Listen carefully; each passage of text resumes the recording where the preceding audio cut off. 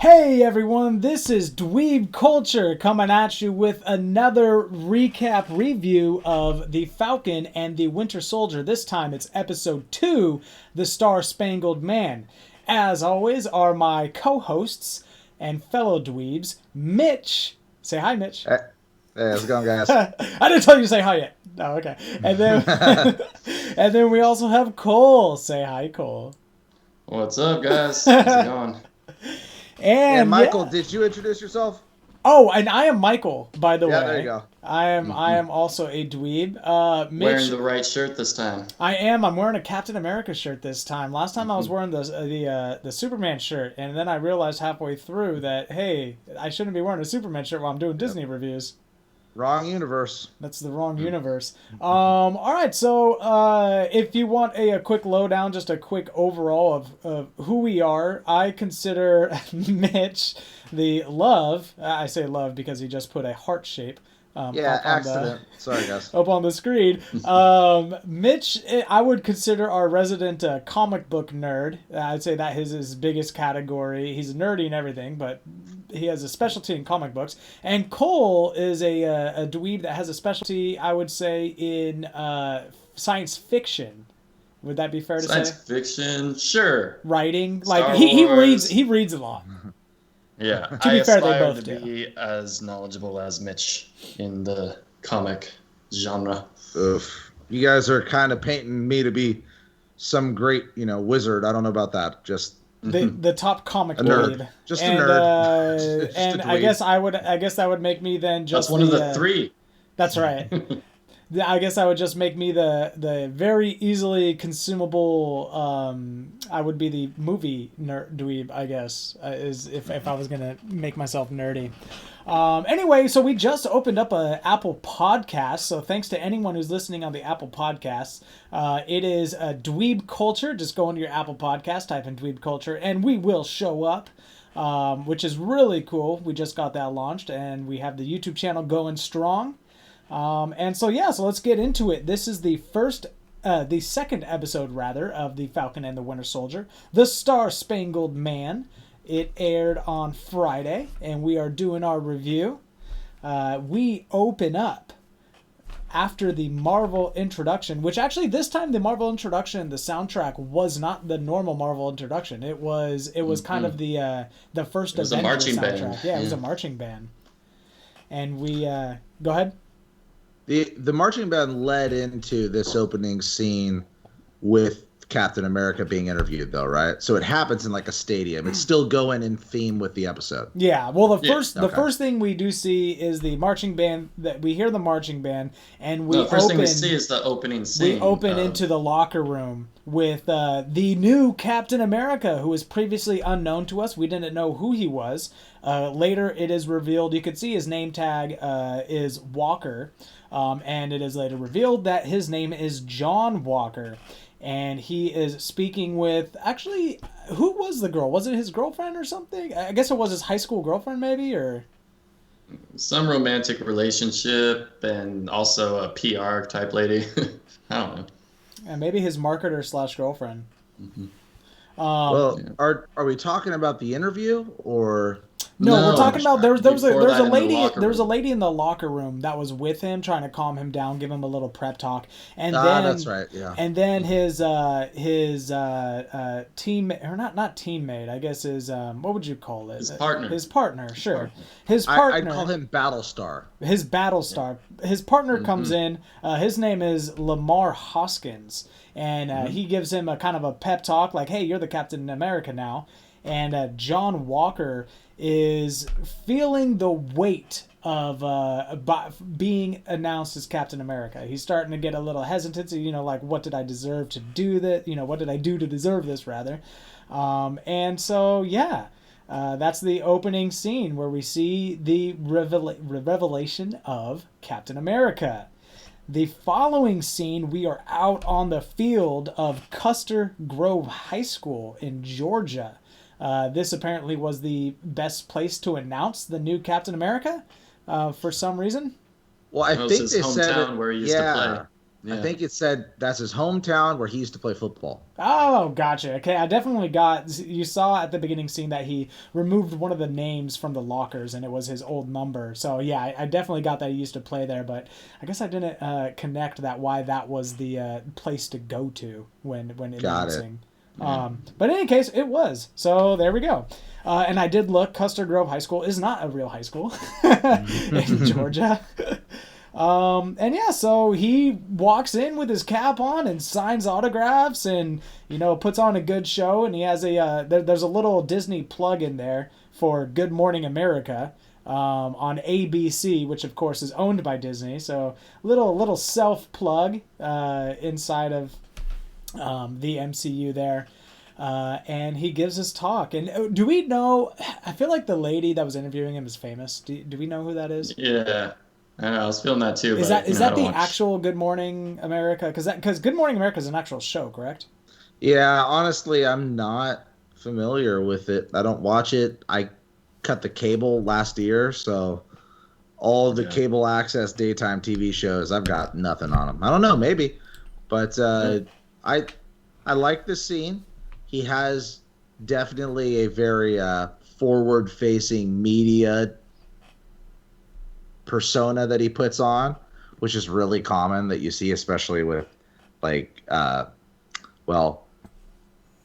military athletes. People that are not typically on camera do put forward kind of like a trying to be likable by the audience thing. And them shooting this in his hometown is cool because it does paint an image of him being accepted as the new Captain America. Sure, but in an understandable way. Like, of course, the people in his hometown are going to be accepting of him being the new Captain America. They're going to be excited for him, right? So you're going to get the crowds cheering and everything. But we also still don't know how the world at large is taking to him being Captain America. We know our two heroes aren't crazy about it, but we know that his hometown likes it, and then that's about it. Now, Michael, you're the one leading through the notes, but is this the scene where they give the background on Walker? Yeah, where he talks about him being like a multi-Medal of Honor winner. Yeah, so that kind of leads in with him being like, trying to be humble. He's being the front face for everything, right? And he comes off very, very Chris Evans-y in the first Avenger, right? When he is supposed to be the face of America. So he's like, and you, hey, you're the real hero, kind of like the boys, right? You're the true hero, yeah, that type of thing. So yes, and he's like, so I'm just asking myself what I did to deserve, being Captain America. And the interviewer cuts him off and says, hey, you know what? You're painting yourself as a humble guy, but let's take a look at your history here. You got the first person to ever get 3 medals of honor, and then, all these different accolades and everything. And then we kind of see a quick montage of him at what looks like, to me, now that I think about it, the lake that Chris Evans comes back on. Is that a callback? Is that an Easter egg, perhaps? But it looked. Do you mean around the National Mall in DC when they run around the lakes where Chris Evans when he's training with the shield? When he's training with the shield, when he's training with the shield and he's throwing the shield to destroy the targets, it kind of reminded me of the lake that Chris Evans came back as an old man on in Endgame. Oh, I don't know. Could have been the same lake, not sure, but you do see him kind of practicing with the shield, and that was definitely something we haven't seen in a long time since Endgame. Somebody using the shield in that fashion. They reveal something here. They reveal that he's not superpowered at all. Doesn't have super soldier serum. Nothing. He just happens to be really good with a frisbee. I mean, it's pretty much it. He's a good fighter, and he can throw a shield in a way that it bounces back to him after it strikes people. Well, yeah, it's the understanding that the super soldier serum hasn't been perfected and never will, and that Steve Rogers was the only person, but apparently not. Yeah. That's what we'll get into later. Yeah, so but Captain himself, the new Captain himself, just a good fighter. Not super. So shouldn't be performing to the same physical fitness level as the old Captain America. Which actually comes important later on in the episode. But yeah, so that was a big shock to me as well, that he's not a super soldier. He's not really, he's just a guy, he's a very decorated officer that the government thought would be a good face for the new Captain America, and so he was selected. Mm-hmm. And one more thing too, because we're going to see a little bit of it throughout the episode, but it does start here. Notice that in this episode, at least, they don't give a sinister twist to him. No, they don't. No, he's a good guy for all we know. They just introduce him, and he seems pretty legit. Yeah. And his friends, too, seem pretty legit. They're affiliated with the U.S. government, where the Avengers has some sort of independent agency of any government. So there's kind of that angle. He's America as Captain America, which makes sense. Mm-hmm. But he seems just like a pretty okay decent dude. Yeah. Which begs the question: when is he going to die? I mean, well, it's when is he going to die, or when is he going to be revealed that he turns evil? Because I'm definitely, he's either going to die or become evil. With how unassuming he is at the introduction, and with how honorable he seems to be, this is definitely going to go either one of two ways. He's either going to die very soon, or he's going to be revealed to be, a flag smashing agent or something like that. Definitely Marvel, it seems like they have that type of trick up their sleeve. A little bit later on, we do get a little bit more of a personal, so we see the front face of him through the audience's eyes, and later on we'll see the back face of him as he interacts with coworkers. And there doesn't seem to be too much of a difference between the two. There's definitely some differences, but there's not too much differences for him being on stage and off stage, so to speak, in Disney terms. Even him interacting with his supposed best friend, the Lamar Hoskins character, even with him having the personal interactions with the Battlestar character, who you would imagine is on the same side as him and would be privy to any nefarious plans that he may have or secret allegiances he may have, he seems to have a pretty normal conversation and interaction. Because of that, as of right now, I kind of agree with you, Michael. We talked about it in the first episode. We talked about this series probably setting up the next Captain America, but us expecting that it's going to set up Falcon or maybe the Winter Soldier as Captain America, but not U.S. Agent, this other guy. We're not talking about him. We're talking about probably one of those two becoming the new Captain America. Mm-hmm. If they introduce this John Walker character and he is honestly just a legit human hero with no superpowers who happens to just kick ass and take names, and he's a good dude, it's going to be really hard to get the audience to root for Falcon or Winter Soldier to become the new Captain America, because eventually we're going to be like, oh well, no, this guy's doing a good job. Just unless he dies in some fashion. Unless he dies, or which maybe this is where this is headed. Maybe this is where this is headed. That's how, and honestly, even though that would, not be the greatest for America to see your new Captain America die, but maybe that is the resolution by the end of the series, is that he dies and Falcon takes up the mantle. Perhaps. That could be one way to go. At the very least, it's making us, the audience, question, because I think Disney assumed whoever we introduce as new Captain America, they're going to think is evil.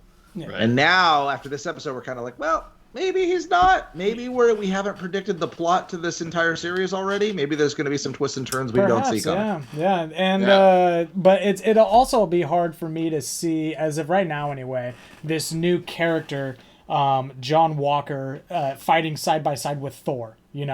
It's kind of a hard image for me to put in my head. Yeah. Also, Mitch, the special agent character, did he have this name in the comic books, or did he have a name at all? John Walker is that character in the comic books of U.S. Agent, which U.S. Agent is just another Captain America character in comic books.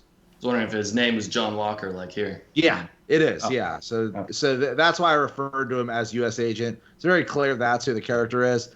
If he's evil or good, though, who knows? Because in the comics, he was Captain America at one point and a good dude. So I don't know. So maybe it stays. Maybe it stays that way for a little bit. In any case, the following scene after we get off the field is led with Bucky and Falcon meeting for the first time. This is the first time we see them interact in person We did know that from the last episode that Winter Soldier had been not avoiding, but just not answering Sam's calls and text messages. Now we see them interacting for the first time. It would have been nice to see a little bit of build-up before they got to the interaction, because that would have been a climactic moment, and they kind of just threw it away. I feel like they could have built that up a little bit. They definitely did. They definitely did. One scene of Bucky's getting very angry seeing that there's a new Captain America, and then suddenly they're in an airplane hangar and he's there and he's like, "Hey, why'd you give that shield away?" Yeah. And they get right into their conflict that I imagine will be present throughout the entire season of Steve wanted you to be the new Captain America, and Steve was Captain America. I'm my own person. I think we should honor his memory by just leaving Captain America with him.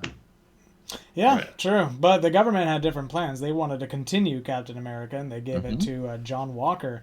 So as you said, Winter Soldier was pretty upset when he found that out and confronted Sam about that. And Sam basically said, "You know, what do you want me to do? What do you want me to do, Bucky? Do you want me to go back and tell them I changed my mind and get it back?" Well, there's not really a good answer there at this point anymore. They've already introduced the new Captain America. Not really much to do, so Bucky kind of moves on after that point, or at least a little bit anyway. And after this, Sam reveals a bad guy to Bucky.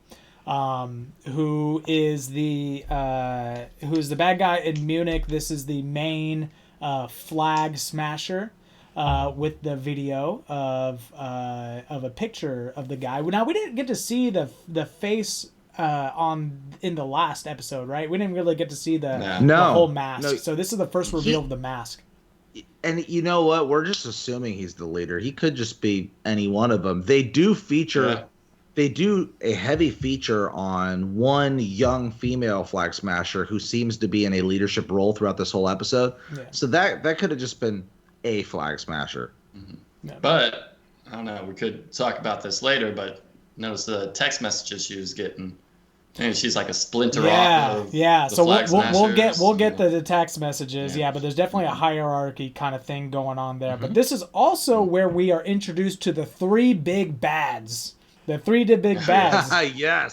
Cole, pop quiz. We're going to have a pop quiz for Cole every episode. Cole, pop quiz. What are the three big bads? Wizards. Wizards is the third one. Androids and aliens. Androids and aliens. Or that's androids, right. Aliens, and wizards. Well done. I want to take a second and go through...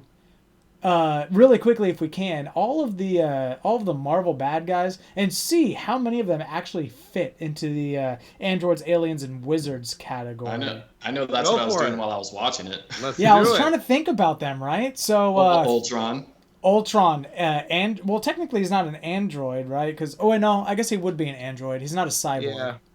No, he's an android. Well, he's a human-shaped robot. We don't need to get into the logistics. If they have some mechanics in them, that's true. So we got Ultron, we got Loki, which would be alien. Thanos, obviously alien. Anyone from the Guardians of the Galaxy or Thor universe is alien. We have, who else do we have? Scarlet Witch was kind of a bad person at one point in Age of Ultron. She is neither an android nor alien nor wizard. Well, I don't think magic. She is a wizard. Kind of a wizard. Yeah. She is a wizard. I guess that is Scarlet Witch. So I guess she is a witch, maybe. Yeah. They also don't classify her. They're not talking about her. They're talking about Avengers villains. So they're talking. Well, this is kind of the one difference. Is Loki an alien or is he a god? He would be both. Or a wizard. He's alien. He's alien to Earth, so he's definitely an alien. He's an alien wizard. So that was one where he's probably the only villain that doesn't necessarily fit the bill to a T. He's somewhere in there. Well, but then there's Doctor Strange and the bad guy in Doctor Strange. I forget his name. Well, how about Red Skull? Red Skull is not an android. He's not an alien, and he's not a wizard. Yeah, he's also not an Avengers villain. He's a Captain America villain. Okay, fair enough. All All right, fair enough. But yeah, so we get introduced to the androids, aliens, and wizards, which makes another appearance later on in the episode. So apparently it is a thing. Bucky was like, "That's not a thing." He's like, "Yeah, that's a thing." And yeah, so apparently the big bad thing. Yeah, I love how Bucky was like, you know about or Sam was like, you know about Gandalf? Yeah, I read about it when it first came out in 1935. The Hobbit too. Did the Hobbit come out before the Lord of the Rings, like as a book? Yes. Yeah, It did. Oh, okay. Anyway, cool. I think it was 1937. But anyways, yeah. Anyway, cool. So the next scene is after they heroically meet each other. Winter Soldier gets whisked away, or in fact insists. Wow, I'm not I'm not enunciating very well today. He insists that he flies on the plane with Falcon to his next mission in Munich. Which is where we see the next scene of Falcon and Bucky on a plane together, and it's a little awkward at first. There's a little bit of just staring at each other and kind of they're at odds. You feel a little bit of tension on that plane. Well, this is a fun scene. Really, particularly because of the deployment from the plane. This is a fun scene. Yeah. Yes, there's still tension. We know there's going to be tension. This has been their relationship. We didn't expect them to be homies now.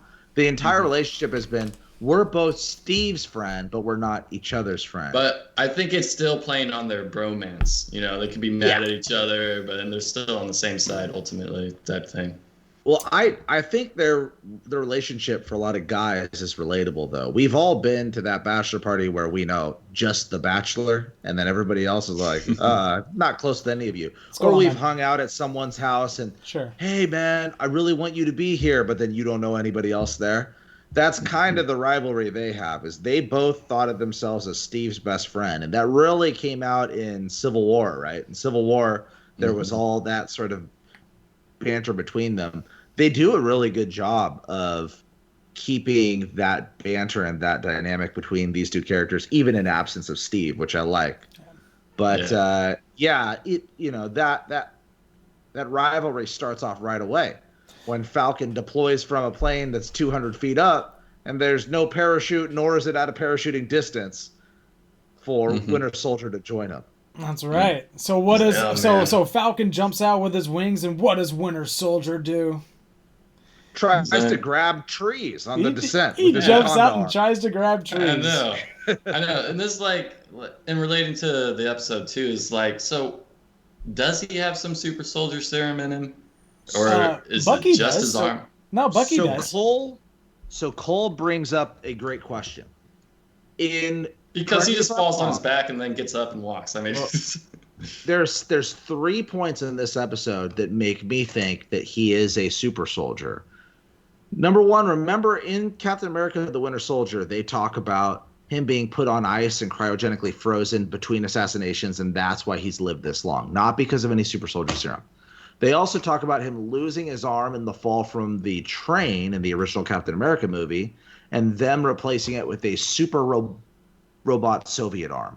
Obviously, he has a vibranium Wakanda arm now, but I don't remember him being given a super soldier serum, yet he demonstrates super soldier abilities and refers to himself as a super soldier. And here's specifically when they go in a future scene, and I won't get into that too much yet, but when they talk with Isaiah, the other super soldier later down the road, he tells Isaiah, he refers to him, I believe in the context of one of us. He says one of us in reference to Isaiah and himself both being super soldiers regarding the Flag Smashers. Right.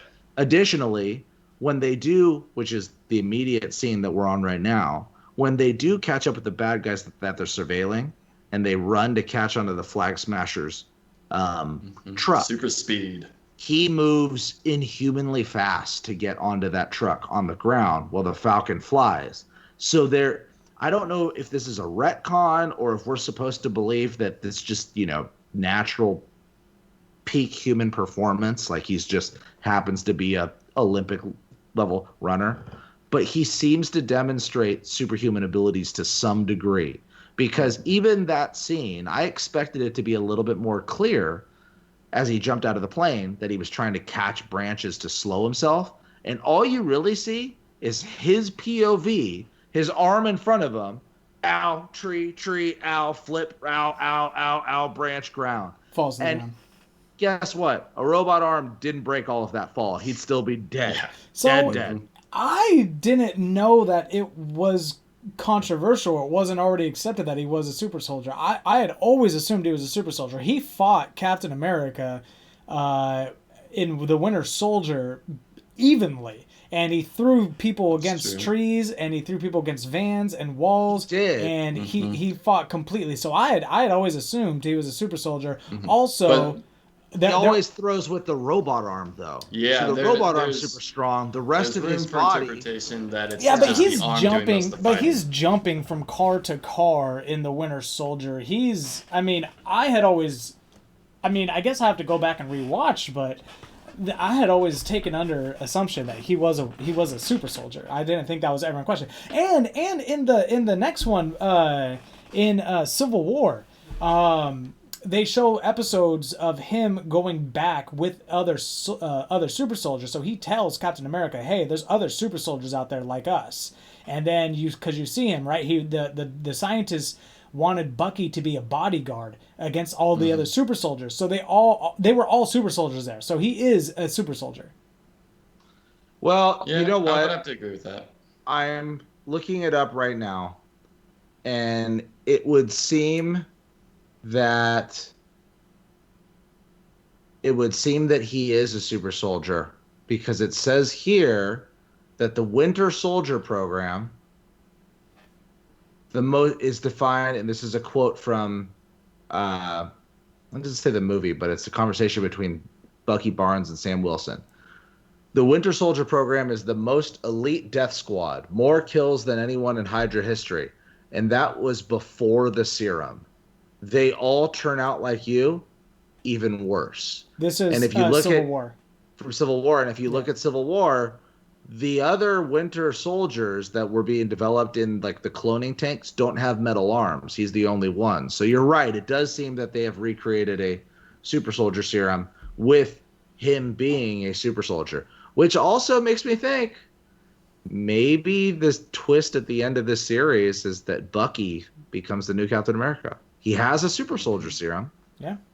I mean, maybe it's possible. Falcon so stays the Falcon. So here's the thing. I don't really like Bucky as Captain America, and here's why. Bucky's brain, even though Wakanda, he was spent time at Wakanda, and they said they fixed his brainwashing and whatnot, right? But Bucky essentially fought for a long time as a as a German agent, not Russian, right? German. A Hydra agent. A Hydra agent. And he's got brainwashed, and he has demonstrated that he doesn't have control over it, especially now with his PTSD. I don't like him being Captain America because I think he'd be too easily manipulated into doing bad things, but maybe that's where Marvel wants to go with it, a bad Captain America eventually. Well, in my experience from the comics, obviously Steve Rogers is the best Captain America, but the next best was Bucky Barnes, not the Falcon. My experience with the comics, Winter Soldier does make a pretty interesting Captain America. He's a little bit more gritty. He's a little bit more anti-hero. He does have the metal arm. He uses guns more frequently than Captain America does, and I like that. And that is another point brought up in this episode that I mentioned in the first episode. I mentioned in Captain America: The Winter Soldier, the Falcon uses guns, and in this show he doesn't. The Winter Soldier also doesn't use guns in this episode. Not yet. And the Winter Soldier is characterized by using guns. Almost every comic you see, he has a rifle with him. He always deploys with a rifle. In all the movies prior to this, he deploys with a rifle. It does seem that they want both of these characters to stray away from firearm use, which there's guns and violence in the show. It's not because Disney doesn't want. You know who did use a gun? The new Captain America. The new Captain America. Had Yeah. a gun and he shot. Anyway, let's get to there. So let's keep it rolling on here. All right, so he lands a 200-foot fall, which would normally kill regular people. But he keeps going, right? So that's another point for Super Soldier. And then they get into the Stronghold warehouse where they find 5, not 2 supers like Bucky wanted to go in and try to attack, but Falcon uses his really high tech to see that there are actually in fact 5, or in fact 7, with a possible 8th as a hostage. So they go and they're taking off, and then Falcon says they might have a hostage, so they're both like, you know what, screw it, we're not surveying anymore. If there's a hostage, we need to go in there and save that person's life.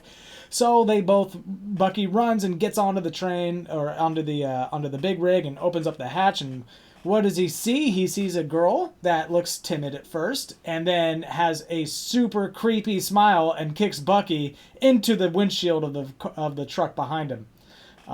So there ensues a fight scene where she proceeds to jump out of the big rig onto the top, and we have about a 15-minute fight on top of one of the big rigs, where it looks like Falcon and Winter Soldier are getting pretty messed up, and who comes to help them? None other than the new Captain America. And Battlestar. But we don't know that he's Battlestar yet. And I do have a question about Battlestar later on.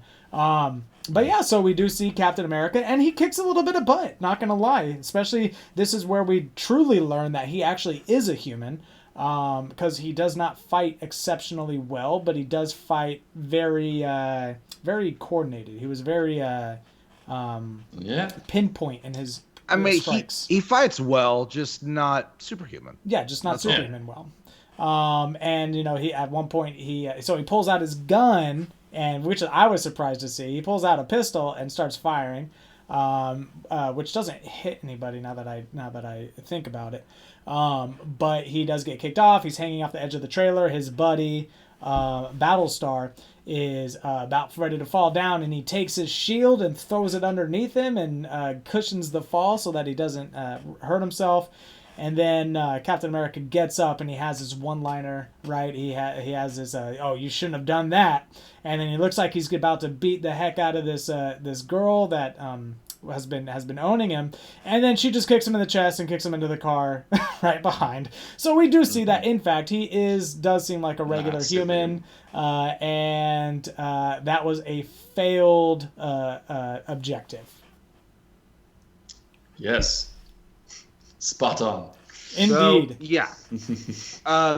A very good action scene overall. Indeed. Mm-hmm. The introduction of the Flag Smashers as being an entirely superhuman group, not just one guy, but several, and the lead-in to a good set of scenes that introduces a character that may actually be the villain of the series, or one of the major villains of the series. So, overall, I liked it. It also leads into a good scene of, once again, cameras off, seeing the new Captain America character, and seeing that he's not really a bad guy. Not yet. Yep. Oh, also, there's a quick note. There's a cool scene in there where Captain America throws the shield. He did some awesome shield throwing. He did well with the shield. And at one point, Bucky actually catches the shield and then hands it off to Captain America. So I thought that was kind of a fun little little tribute. I can handle the shield too. Yeah, exactly. That was definitely symbolic of Bucky being like, maybe I want the shield, and he's like, okay, fine, I'll give it back to you. So definitely maybe a little bit of struggle going on there. That's foreshadowing a little bit later on. Anyway, a little bit later on, we do have Falcon and the Winter Soldier walking after they fell off the truck, and you see a Jeep pull up behind him, which is Captain America and his little entourage. And it is revealed that they have been, what Flag Smashers have been stealing what seems to be vaccines. I believe medicine from some sort of medicine. Well, I'm assuming or guessing, I guess, that it's the super soldier serum. And they're making an army or something. At this point, maybe we did think that, but a little bit later on, it's revealed what they were actually doing with the medicine. But in this scene, it is revealed that Lamar's name is Battlestar, and Bucky doesn't like that, and he gets out of the truck, gets out of the Jeep, and starts walking away. Now, I'm curious, what's up with the Battlestar? I don't know anything about that. It's not because Battlestar, it's because he doesn't like that they're assuming superhero personas. He, Oh, remember so he was saying Bucky his Barnes, nickname is Battlestar. That's what he was saying. yes. So he said, Or "Who code are you?" He name or goes, whatever. "Lamar Hoskins." "Who are you?" "Lamar Hoskins." I need more than that. Battlestar. And that's when he's almost like, "Get over yourself, Battlestar," and he just gets out of there. And it's very much because, of course, as we've seen already, he's very much against Steve being replaced. And now he sees a new Captain America and this also another government-controlled superhero, Battlestar. And to him, it's kind of, this is effing ridiculous. I don't want any part of this. Get out of here. He's not ready for Captain America to move up beyond Steve. To him, the idea of Captain America is entirely Steve Rogers. It needs to stay Steve Rogers, and the fact that they're adding a new sidekick to Steve Rogers pisses him off. Well, it's so funny because they're definitely idolizing Steve Rogers as Captain America. And up until now, I never really thought of him as a larger-than-life type of figure. But I guess in this world, it kind of makes sense, especially knowing if, whether or not he's dead. Speaking of which, the world thinks he's dead, but we know better, right? Not very many people know that he's just old. To our understanding, he is not dead, but we don't know because it seems he could pop up. He could pop up, and we just don't know. Yeah, if the only interaction that we know from old Steve is that he gave the shield to Sam, it's possible that Sam doesn't have contact info for him, has no idea how to get a hold of him. He just kind of appeared and said, "You're the new captain. Here you go." But you have to remember, if Captain America goes back in time to even shortly after the war when he disappeared, to end up with Peggy Carter and live an entire life with her, which is what it seems like he did, right? Sure. If that's what he does, at the time of Endgame, he is 103, Which makes sense. 104. I mean, having the super soldier serum would extend his life. But Peggy's dead, and you have to imagine he's at the end of his life. I mean, we're talking about somebody that has aged 20 years, well, not 20 years, but 15 years since he was unfrozen. And then on top of that, he goes back to 1946, 47. Yeah, so he's got age World War plus II. age. And then he lives all the way up to 2019, 2018.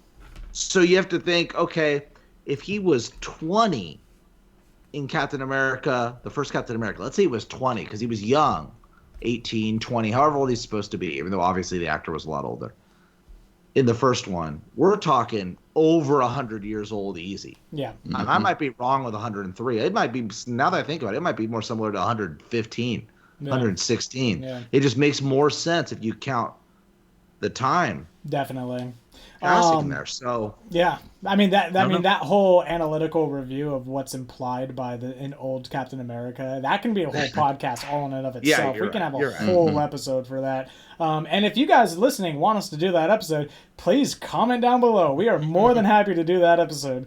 I love it. But in any case, so this scene with Captain America extending a hand and getting rejected by the Falcon and the Winter Soldier kind of humanizes, and I think that was the point of this scene, is to kind of humanize the new Captain America, to kind of make him realize, hey, he is just trying to do the best he can with what he's got. He's not super. He doesn't have a ton of tech. He's got the shield and some training, and that's what he's got. And he's doing the best he can, and he needs help. And he basically says that. He's like, we can do this together. I can't do this by myself, and you guys can't do it by yourself. We need to be together. And the last thing he says is, it'd be easier for the world to accept me as Captain America if I had, Steve Rogers' right-hand man by my side, or his wingman. He said his old wingmen. His old wingman. And that pissed Sam off. And that was the last straw for Falcon. Oh. And so Falcon gets mad, and he storms off as well. And then so the new Captain America has no choice but to move forward and to march on forward. So that's what he does. The following scene, we get a little bit of insight to this Flag Smashers and kind of how they work. So we get to see the lady that was the pseudo hostage before. Now seems like she is the leader of the of at least their little cohort there. Carly, I'm gonna mess up this name. Carly Mogenthu. Now, is that the character's name or is that the actress? So that is the character's name. Her character's name is Carly. I never heard a name. Yeah. Now, So Cole, the actress, what's she from? I don't know. Solo, a Star Wars movie. She plays Enfys Nest, the bounty hunter with the cool suit and the electro staff. oh really? Really? Yeah. Huh. Well, in Solo, you don't see much of her face, so I'm not gonna dock myself points for not getting that one. In any case, she is bringing. It is revealed that she is stealing medicine from these compounds as a super soldier with her little cohort of super soldiers to bring to these different places that are impoverished. They do believe that the world was better during the blip. Now, my guess that their logic is that these small little settlements that are now impoverished were thriving when the blip was happening because there was enough resources, there was enough medicine, there was enough stuff to go around, and now that everyone's back, these little communities are now also are impoverished again. So it's up to her to bring medicine and foods and supplies to these places. That's my guess as to why this started. It seems to be a mixture of that with the idea that apparently, and this is very understandable, when half the world disappeared, it seems like international borders and governments broke down and started to interact with one another, and they felt more like a people of the world rather than the people of individual nations.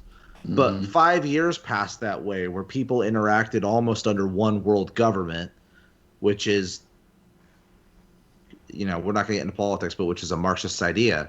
And then when everybody came back, they had no memories of the last 5 years. Yeah. So they come back, we have to imagine that some of the people that died were like, the leaders, the secretary of the treasurer and all this other stuff, like all this crazy political roles and whatnot. So they come back and they bring back all the same prejudices and ideas that they had beforehand, and they start to create more division in the world. And I think that it says something along those lines when it talks about their motivations, mixed with the lack of resources, which we know from the previous episode with that bank loan situation, that the world's trying to catch up now that there's all these displaced people that have been reintroduced. But for all of the motives of the Flag Smashers, I think that there's one part in this scene that is most important, which is the Flag Smashers have to make an escape from agents of, Michael?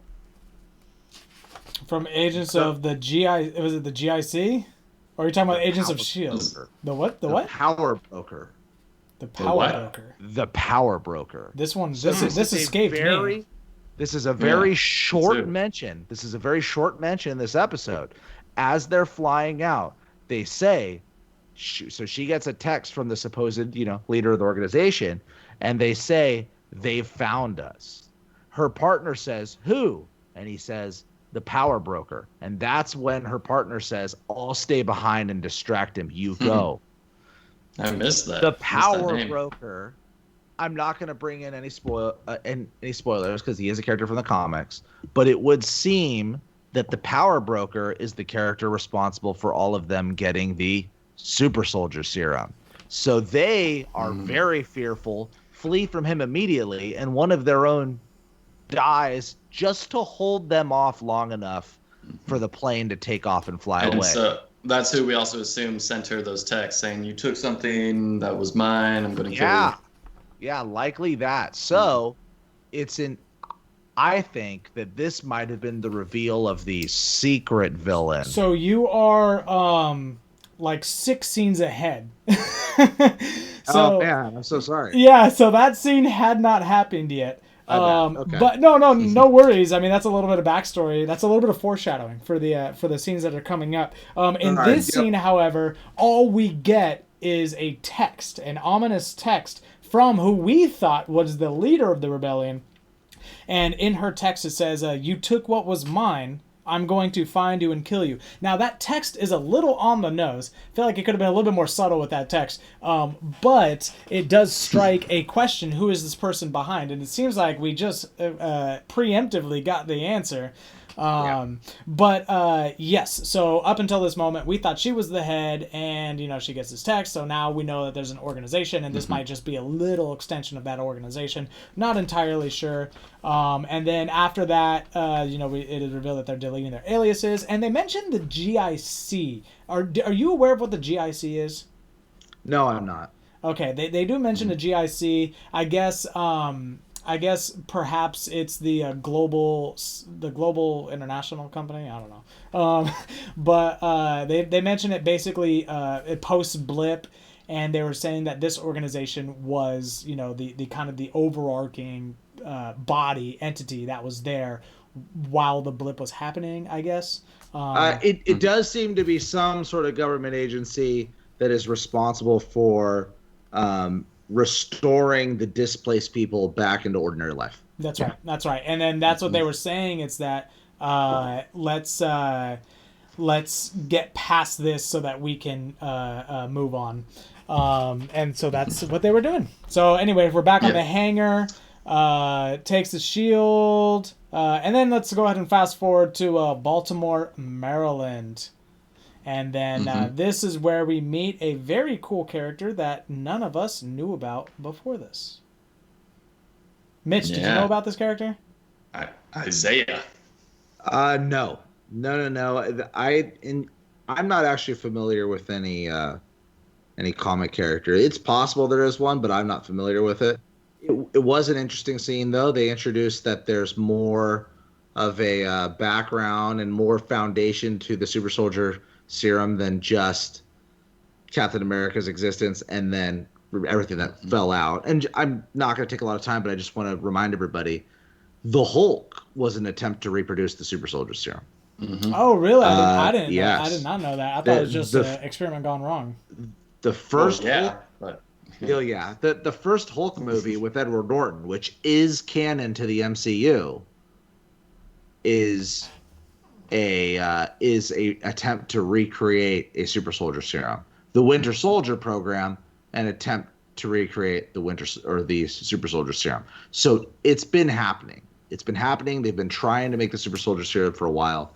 There is one Easter egg hidden in here that might be important for down the road. I don't think it'll be important for this show, but I think that it might be important for a future Disney Plus show. What's that? They've talked about the idea of a Disney Plus show dedicated to the young Avengers, which are like teenager Avengers. Isaiah's grandson, the kid that opens the door, I believe his name is Eli Bradley. Eli Bradley is also known as the Patriot in the Marvel world, who is a teenage Captain America type of character that's a member of the Young Avengers. Cool. So it is likely that we may see that actor again in the future in the role of the Patriot. Nice, that's cool. I had no idea. I didn't even know about Isaiah before this, and now we got two Avengers potential character, or two people that are in this world. Pretty cool when he takes the can and he throws it through the wall and it gets stuck in the wall. So,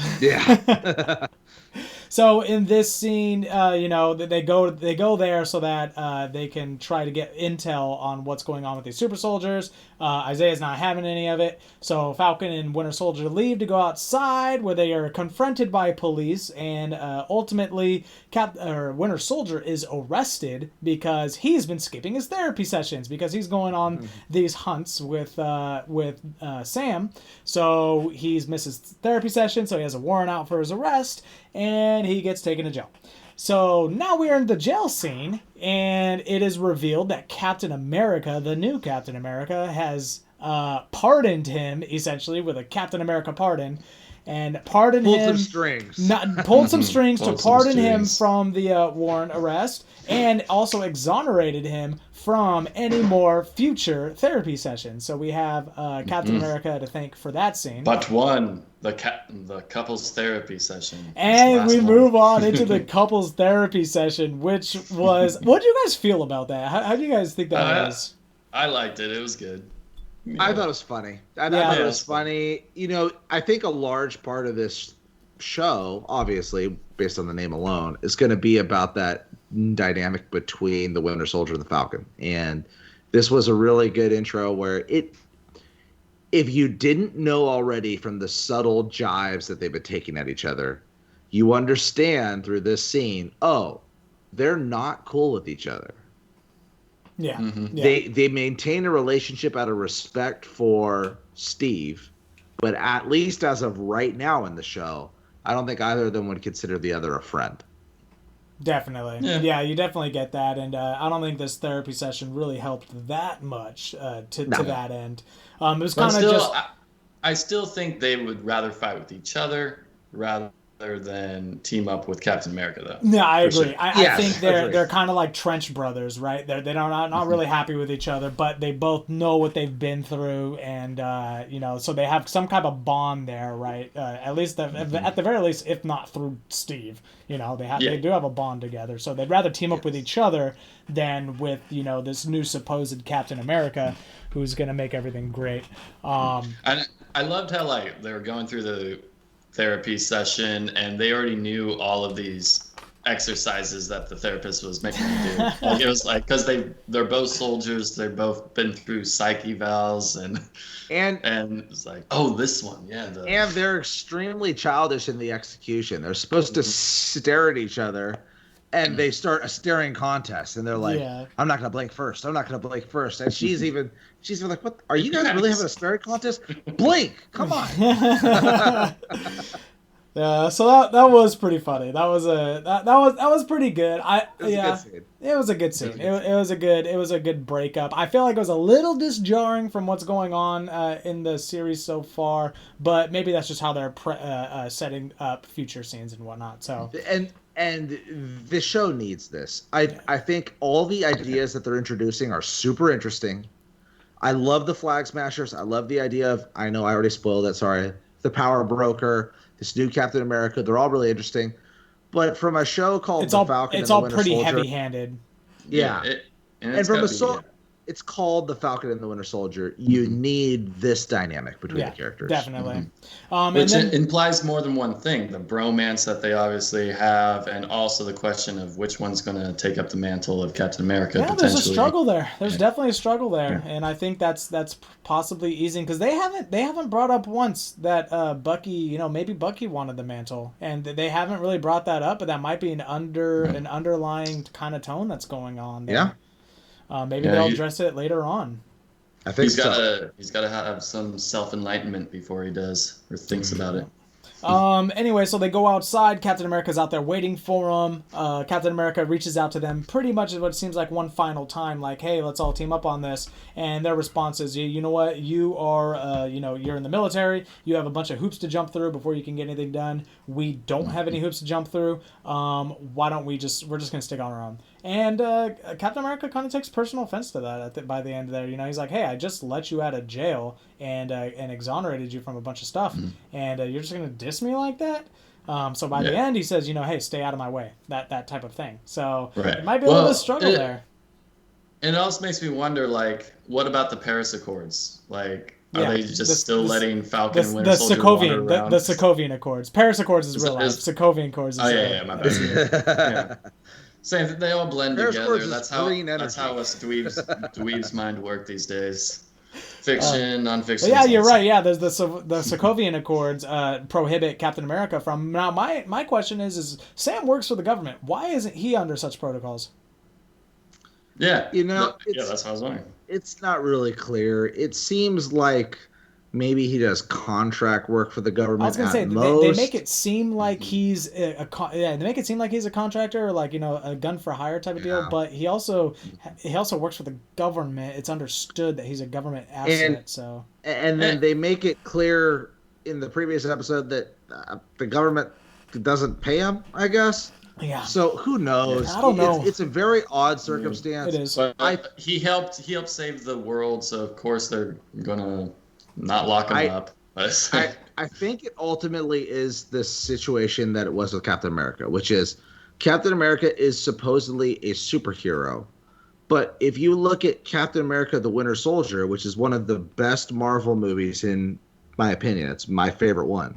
If you look at Captain America the Winter Soldier, he deploys like a U.S. government agent. they put him on planes, they drop him in hot zones, and they have him deal with situations. And he operates with a team. He's commanding other infantrymen and other soldiers. You think, oh, he actually holds a rank in the government. But at the same time, in Civil War, he's the one that leads the resistance against government control. So it's not really made clear in Marvel how these characters work, other than if it's convenient to the story and the action scene, they work with the government. If it's not convenient, cool, they're independent agents. Which, you know what, I'm not that bad with. I'm okay with that. I mean, whatever. I'm fine with it. Yeah. Yeah. It's not a big itch. And then we get to Mitch's one of his favorite scenes where we are introduced to what'd you call it, the broker, the mortgage broker, the power broker, the power broker. Okay. So I don't know much about him other than his role in a few different characters' origins, which I won't talk about. And all I know is that his name is descriptive of what he is. The power broker is a broker of superpowers. So it makes sense now when we see the Flag Smash organization, we see a bunch of super soldiers and somebody coming after them for what they stole, who is they refer to as the power broker. It gives you an idea, okay, there's some character out here in the world now that is trading in a super soldier serum at the very least that's giving people superpowers. So possible villain, possible ally, we don't really know at this point, especially because the end of the episode introduces another possible villain, which we'll talk about. Yeah, so in that scene, one of the Flag Smashers. One of the Flag Smashers sacrifices himself so that the plane can get off and get going to give medicine to the poor people. So people basically call her Robin Hood. This is a Robin Hood story so far, as it's presented. I felt like throwing the electrical lines down in front of the police officers were good enough as far as a delay tactic, because he kind of just ran up on there and then immediately died. So I don't know if that was the best strategy as far as soldiers are concerned, but that's what happened. And I don't know. Were they police officers or were they like armed militia or armed? I assume they were law militia, enforcement because I thought I saw sirens, so I thought it was. So I think those people that attacked them on the airfield were, what's the word? Mercenaries of the power broker. I think that's who is that what that was? Yes. Oh, okay. Now there is one thing that I wanted to bring to your guys' attention, kind of get your feedback on with this. This is like the one note that I took during this episode. Yeah. Which is Marvel has introduced a couple characters now that are villains that have relatable goals. So I think Thanos is the big one. Thanos is this big character where he's talking about saving the universe over time. So when he talks about, hey, all these intelligent races are consuming the universe's resources and we're all going to run out and everybody's going to suffer and die. I'm going to kill half the population and then we won't have to worry about the strain for resources and we can start fresh. A lot of people, I mean, you saw it all over Twitter and stuff. There was like hashtag Thanos was right. A lot of environmentalists and people are like, yeah, we are consuming our resources too quickly. And it made Thanos a villain where you're like, he's evil, but also like, he's got a point. Kind of got a point. The Flag Smashers are a similar idea. They're a similar idea where, hey, there's a lot of people struggling right now because of the circumstance that arose. We like the idea of the peace that existed following the blip because of the cooperation of nations. And we don't like the idea of these nations segregating and creating this separation. It creates a villain where you're like, okay, what they're doing's wrong. They are hurting people. They are stealing. But I understand. I understand what they're going for. I understand the positives that they want. I just don't necessarily agree with how they go about getting it. And it's a strong foundation to create a villain that's relatable and that creates a strong connection with the audience. Definitely. And that scene also, like going off of that, it builds, a sense of empathy for them. And they could possibly be future allies once they explain their whole spiel to Winter Soldier and Falcon, Yeah, and that they all team up against the real bad guy, which is the broker dude. And which is funny is Emphasis, the character that plays Emphasis in Solo, a Star Wars story. Carla. Solo, a Star Wars story. She starts out as a villain to Solo and his team, who is a rival organization stealing things from them when they're trying to do their heists. And it turns out that she's a rebel soldier. And guess what? Her character again, she's kind of a rebel doing evil things to meet a good end. Yeah, So it kind of seems like that's Disney's formula. You know, you take a good thought, you know, a definitely justifiable thought, but then you pair it with an extreme method, and that is how you make a villain. And absolutely, I couldn't have phrased it better myself. Extremist. That's what it is. Mm-hmm. It's taking a good idea, moving to an extreme end, and seeing how, while there may be some points that you or even the hero agrees with, ultimately the means do not justify the ends. I was going to say, it's an absolute, a good villain seems like, at least Disney's formula is a villain absolutely justifies means over the ends, or the ends over the means. So maybe, hey, so any future directors or producers or writers out there, that might be a good note. That might be a good note. And then after we get with that scene, we get to the last scene of the movie where we get Captain America, or not Captain America. We get Winter Soldier and Falcon saying that the next episode, they're setting up the plot for the next episode. The next episode, they're going to go visit Simo. What's his name? What's his name, right? I didn't even recognize his name, but I was like, oh, it's the dude from Civil War. Yep, the guy from Civil War that started all this chaos. Yes, the bacon guy. The guy that mentions that he has breakfast with eggs and bacon every morning at the hotel. Yep. And that was like his only defining attribute throughout all of Civil War, but he was somehow the mastermind behind it. That's right. Helmut Zemo.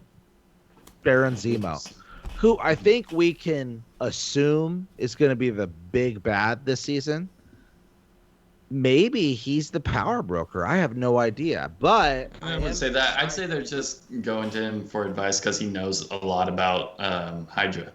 I don't know, dude. I would think he might be like the villain of the season. So I'm excited. I'm excited about it. Yeah, it's gonna be really interesting to see him again. See him pop up. Maybe when he sees Winter Soldier, he's gonna start reciting the little words that he knows. Yeah, he's gonna try the brainwashing thing, but Winter Soldier's gonna be like, "No, I spent a couple years in Wakanda." No, he's gonna say, "Hey, I got these Tony Stark earbuds that are noise canceling, and it's gonna be a little plug. I got these awesome JBL earplugs. They're completely noise canceling. Whenever you're trying to get brainwashed, go ahead and pop on your JBL noise buds." They're Wakanda or Stark. Stark. That's right. Anyway, guys. So overall thoughts about the episode. Oh, I also liked how he mentioned the White Wolf himself being the White Wolf. Yeah. He's like, what? You spent a couple of years in Wakanda. What does that make you the White Panther? He's like, actually, no, it's the White Wolf. And he's like, what? Where did that come from? There's one more Easter egg that I wanted to bring up. So far, I brought up that the Patriot is the grandson of Isaiah, right? Mm-hmm. But there's one more that I wanted to bring up. Zemo is revealed to be held in cell 2187, which is a fun little shout out to Cole's favorite movie in the world, Star Wars, because on the Death Star, Princess Leia was held in cell what? 2187. Yep. Wow, look at that. Look, I don't expect there to be anything 2187, here it is. Yep. I don't expect there to be any more to it than that he was held in 2187. Princess Leia was also held in 2187. Yeah. Except maybe that, Leia broke out of that cell. Mm-hmm. They go in there as disguise. Oh, that's how it's gonna be. Yeah, they're gonna have to get him out for some reason.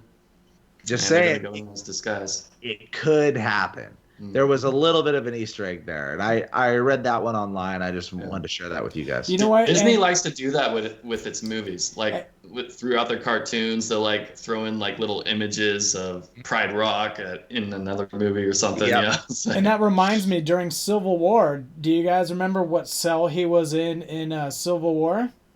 No. He was in D12. Was the cell he was in Civil War, and anyone who's from Disneyland knows D12. Oh yeah, knows D12. So yeah, so that was another little Easter egg shot. I noticed that when I was looking at the cell that he was in, I'm like, did that say D12? And it did indeed. So yeah, he was in D12. D23 wasn't it? Oh, D23, dummy. Yeah. D23, of course. Of course. That was my fault. D23 is the official Disney fan club. So yeah. That's what it is. That's right. I was going to say, I know what we're talking about. D23 Expo is the big event that Disney throws every year where they reveal their upcoming shows and movies and series and things like that.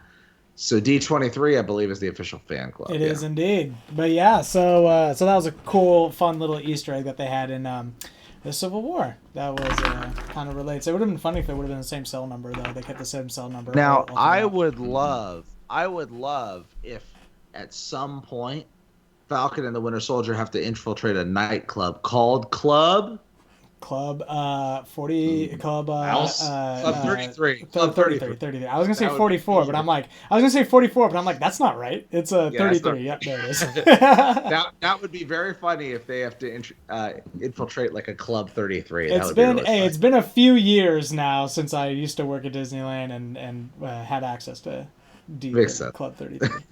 But in any case, overall I liked it. Yeah. Overall I liked the episode. Yeah. Yeah.